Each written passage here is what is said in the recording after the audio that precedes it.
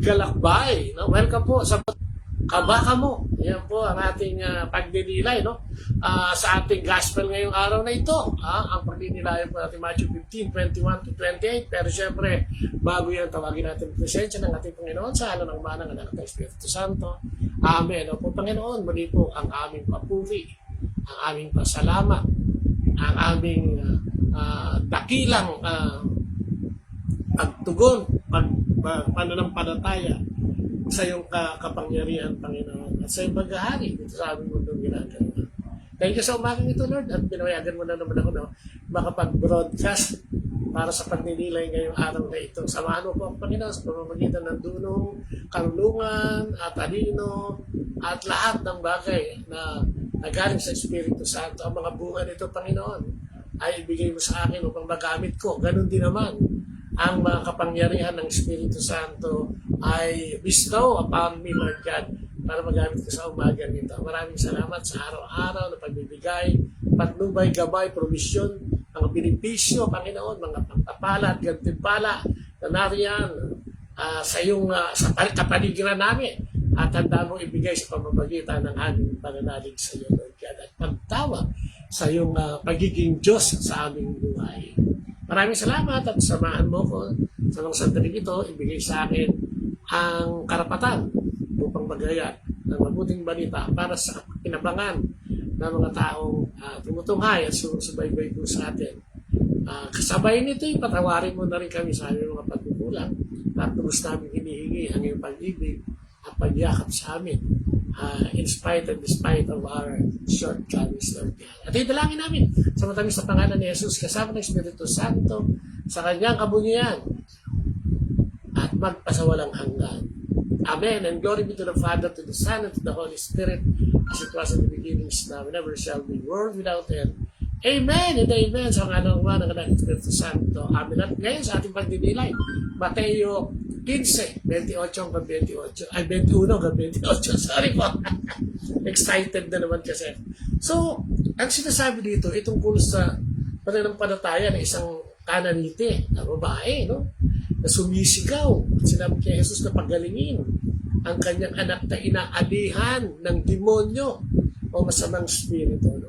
At dito medyo napikon, ano? Katulad ng isang incidente yan, no? Yung pagtawag ni Bartimeo sa Panginoon. Sumisigaw din si Bartimeo, lumundag at tinatawag ang pangalan ni Jesus. Parang ganito din yung incidente. At yung mga alagaday na pikon, so palayasin mo nga yan, nakaka-store mo sa ating gawain o misyon. No? Pero hindi ganun na ginawa ni Jesus. Nang makalapit ang babae, sinabi ang kanyang problema. At sinabi ni Jesus, no? Sabi ni Jesus, hindi naman ako pinadala para sa inyo eh. Para sa mga taong pinili lamang. Sa mga Israelita, parang ganyan na ito ni Jesus. At sabi niya, hindi mabuting kunin ang para sa mga pinili, no? Na kung pagkain ng isang bata at itapon sa mga aso. Pero grabe yung sagot ng babae, grabe yung na ano niya, no? Na antig niya, no? Yung pinakaibuturan ng puso niya. So sabi niya, kahit naman mga aso, kumakain ng mumu na galing sa lamesa, kahit tira-tira lang. Parang sinasabi, kahit tira-tira lang, Lord. Sigurado ko, mapapagaling yung anak ko, kahit tira-tira lang. Ganun kalaki. No, yung tiwala, no? Sabi ni Jesus, sandaling ito yung magaling na ang anak mo. At instantly, no? Gumaling yung bata. Tayo pa meron tayong mga, para ba tayong willing? Tayo nakakapanalangin ng marugdog, no? Pagka nasa gitna talaga ng unos o yung problemang talagang humahataw at hindi natin alam ang ating gagawin. May mga ganyan, no? Nawawala ng pananalig sa Diyos, yung higpit ng pananalig sa Diyos ay nawawala, no? Ay dahil nawawala o nababawasan, ano? Nagkakaroon pagdududa dahil sa mga pangyayari sa buhay natin. No? Kung titignan mo, ang buhay natin ay talagang hindi naman laging masaya dahil nasa Panginoon ka na. Hindi naman laging solve ang problema dahil nasa Panginoon ka na. Kasi itong mga problema natin darating at darating. Para tignan ng Panginoon ang laman ng ating puso. No? Para tignan ng Panginoon kung ano yung ating pananampalataya. No? Kung ano yung tibay ng ating pananampalataya. Dahil sa totoo lang naman, in fairness sa ating Panginoon, pag nasa Kanya ka na, ang pagsubok ay kontrolado. Diba? Ibig sabihin, alam niya ito eh. May mga plano siya para sa atin, hindi para saktan, no? At iligaw, kung hindi bigyan ng pag-asa. no? At dakilang buhay. Yun ang plano ng Diyos, no? Yun ang plano niya. Sabi niya, sapagkat ako ang ilaw ng mundo at sino mang sumunod sa akin ay ibibigay ko o bibigyan ko ng kaliwanagan. No, so, ibig sabihin sa gitna ng pagsubok, pag tayo hindi bumitaw sa kanya, katulad nitong babaeng ito, no, na nabasa natin, ay marubdob, no, na talagang naririnig ng Diyos. No, ang ating malik kung ano ka man, kung anong lahi ka man, kung anong denominasyon ka man, ano, kung ano man ang iyong pinananaligan, pag ang Diyos ang kasama mo, no, ay sigurado ang ating buhay. At makikita natin dito yung pagpapakumbaba ng babae, no? Parang kung titignan mo, parang ininsulto na siya, no? Aso, pagkain, bibigay sa aso, di ba? Pero yung babae, galing sumagot. Sabi niya, kahit ano lang. Tayo ba ganun manalig? Tayo ba ganun manampalataya? May mga dumarating na panahon, ano? Katulad ngayon, ako, pagbabagyo na naman, marami na naman baha, marami na naman mababaha, marami na naman mahihirapang i-sustain yung pagkain sa araw-araw. At ito yung ilang bagay na kung minsan ay hindi mo maalis na isang tao, dahil tao nga lamang sinasabi niya, na magduda sa Panginoon. Pero sinasabi ng Panginoon, no? Katulad nung nangyari sa babae ito, kahit pinagbabawalan ng mga alagad na may karapatan, "Uy, lumayo ka dyan, hindi ka sali rito," ganyan. Hindi siya nagpaawan. Tayo ba hindi nagpapaawan? At kami mga bagay na gusto tayong hilingin sa Panginoon. Madali kasi tayo magtambo, no? Kaya lagi sinasampo ng Panginoon, kung ang paghahari sa buhay ko ng Diyos ay hindi katulad ng isang bata, ay hindi ko paghaharian ng Diyos kailanman. Kapag ang bata nga, di ba? Madaling kausap. Tayo, may binigay na, may hiniling tayo, binigay, namimili pa tayo na ibibigay. Gusto natin eksakto. No? Kaya kung minsan, kahit tinugon yung panalangin mo, so hindi ka naman tinutugon ng Diyos. Kung minsan yun ang pananaw natin. Kung minsan, o madalas, ay namamali. Dahil tuloy tayong nagsusway, umahalis na tayo, tumatalikod tayo sa Panginoon. Eh sa totoo lang kapatid, kung ikaw naman ay tatalikod sa Panginoon, kanino ka naman pupunta? Sa totoo lang, wala naman tayong choice. Dalawa lang. Mabuti at masama. Saan mo gusto? Masama na nga ang sitwasyon mo, lalapit ka pa sa masama, di lalong sumama. Lumapit ka sa mabuti dahil darating ang panahon, sa tamang oras at panahon niya, ay magkakaroon ng katugunan ang mga dalangin ito. Mahirap gawin. Di ba? Lagi naman natin sinasabi, ang pagsunod kay Jesus ay hindi madaling gawin. Sabi nga niya sa discipleship, no? Take up your cross and follow me. No? Sabi niya, pasanin mo ang iyong krus at sumunod ka sa akin. No? Sa sinasabing ito ng Diyos, hindi naman yung pasang krus. No? Kung i-interpret kasi natin mga Pinoy yung pasang krus, parang yung sinasabi ng matanda dati, pag meron ka ditong lunaris sa balikat, sinasabi nila yan, naku may pasang krus ka. At nagloko ng anak, ay siguro yung anak mo, yan na yung pasang krus mo. Bintang agad eh. Hindi naman yung mga myth yun eh, mga ginawa lang paraan ng mga kalaban yun, no? Para tayo pagpanghinain sa ating pananampalataya. Ang katotohanan ay, ang Diyos ay buhay. Lagi yung kumakatok, no? Sa ating mga puso, no? Sa ating buhay mismo, 3:20 ng pahayag. No? Ano ba yun? Hindi naman siya nagpupumilit. Inaalok tayo na siya'y patuloy natin sa ating buhay. At sabi nga niya, dumating na ang takdang panahon. No? Sa Marcos 1:14, no? Sabi nga, atin dito ng mabuting balita. Maniwala na kayo. At baguhin na ang sistema ng buhay nyo. Kung ano yung sistema ng buhay nyo hindi maganda. Magbalik loob. Sabi ng Diyos. Magsisi. Tanggapin ang kasalanan at matutong tumawag sa Diyos at sa kanyang pagpapala. Matuto tayong manalangin. Matuto tayong maglingkod, no? Hindi lang sa pamilya natin. Para sa simbahan, sa komunidad, sa ibang tao, sa nakasalubong.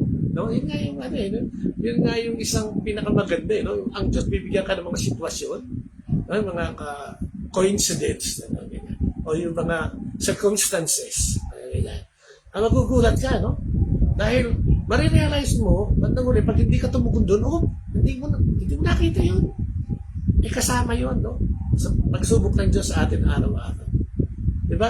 Pagtulong. Di ba? Ano pa isa? Pag-aralan natin ang Panginoon.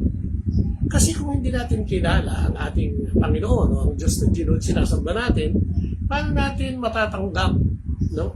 At mauunawaan ang kanyang mga plano at yung ginagawa. Lalo ni pagtutuwid sa atin. Yung pagtutuwid sa atin, hindi natin makukuha para tayong isang anak na hindi natin makita yung magulang. Ang layunin sa atin ay mapabuti. Kung tinitingnan natin, mahigpit. Minsan ganun tingin natin sa Diyos. Mahigpit. Masyadong maraming do's and don'ts.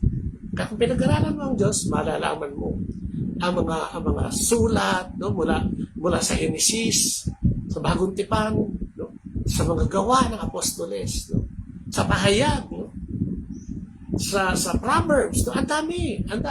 At lahat ng yan, halos nakakita, especially sa Bagong Tipan, ay makikita mo ang kabutihan ng Diyos. Wala ritong sinintensyahan. No? Ang Diyos walang sinintensyahan.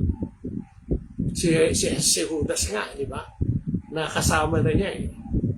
Hindi niya rin sinintensyahan. No? Kaya lang nung magpakamatay, ang sabi niya, no? Sabi nga niya, sayang. Di ba? Nangihinayang siya. Diba? Dahil sabi nga, yung pagpapakamatay ni Judas ay sarili niyang kapasyahan dahil sa kanyang kasalanan o sa konsensya. Si Pedro ganun din naman eh. Di ba si Pedro? Sabi ng Panginoon sabi niya sa Panginoon, hindi sasamahan kita hanggang kamatayan, hindi kita iwanan. Sabi ni Jesus, ay naku Pedro, hindi matatapos ang pagdamag na ito at hindi-deny mo ko ng 3 times. At ganun nga nangyari. Pero si Pedro, kumapit. Hindi ka mukha ni Judas. No? Nawala na. Si Pedro, kumapit. No? Kumapit sa pananampalataya niya at binago ang kanyang buhay. Ano pa? Makipag-fellowship, makihalubilo sa ating kapwa-Kristiyano na kapatid natin kay Kristo. Ang banal na sakramento ng Diyos, no? Ay dapat nating ginagalang. Di ba? Dapat tayo nagsisimba, nangungumpisal, nangungubunyon. Kung tayo may mga anak, pinabibinyagan natin yan. Tayo nagpapakasal dahil naniniwala tayo sa kasal.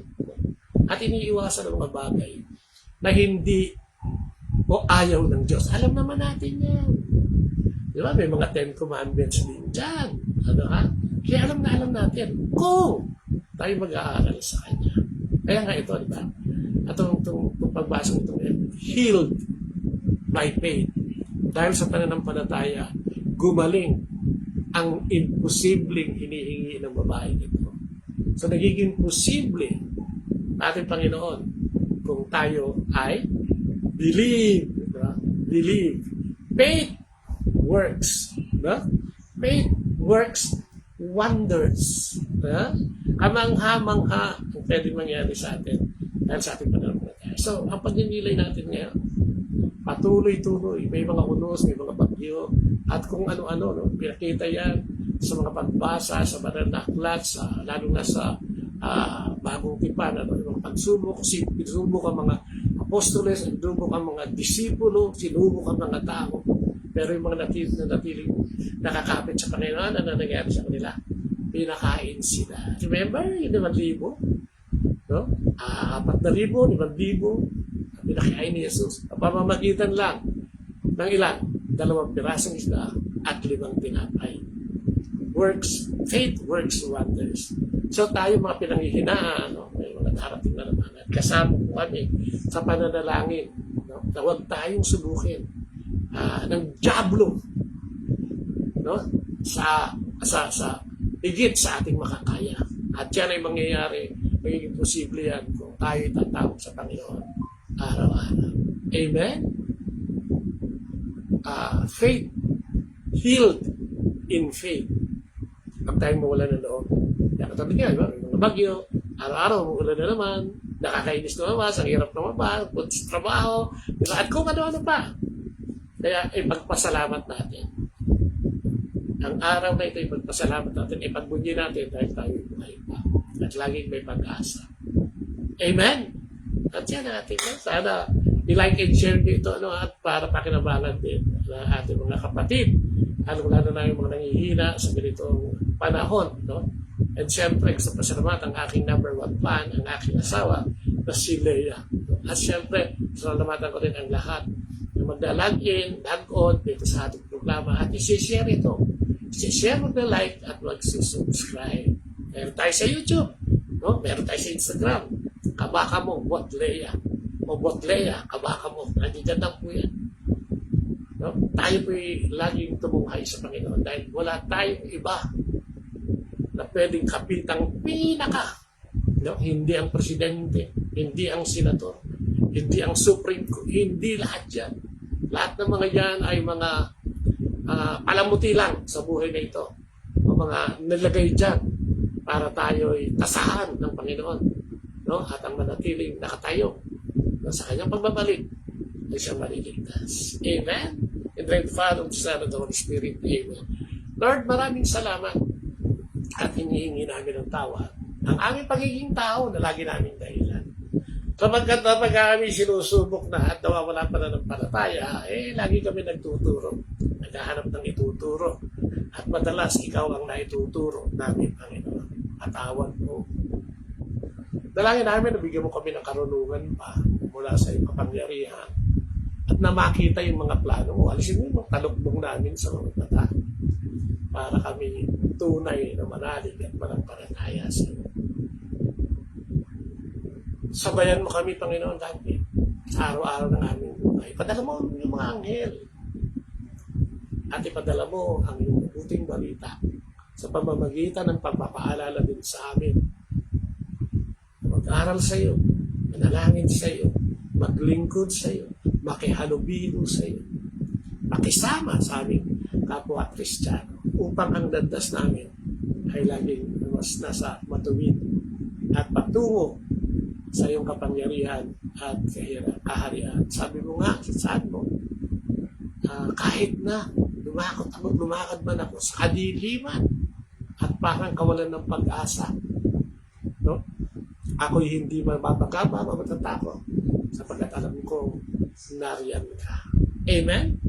Amen and amen. Glory be to the Father, to the Son, and to the Holy Spirit, as it was in the beginning, now, ever shall be, world without end. Amen. Purihin ang Panginoon. Purihin ang Diyos. Maraming salamat. And the name of the Father, the Son, and the Holy Spirit. Amen and amen. Bye-bye. God bless. Like, share, and subscribe.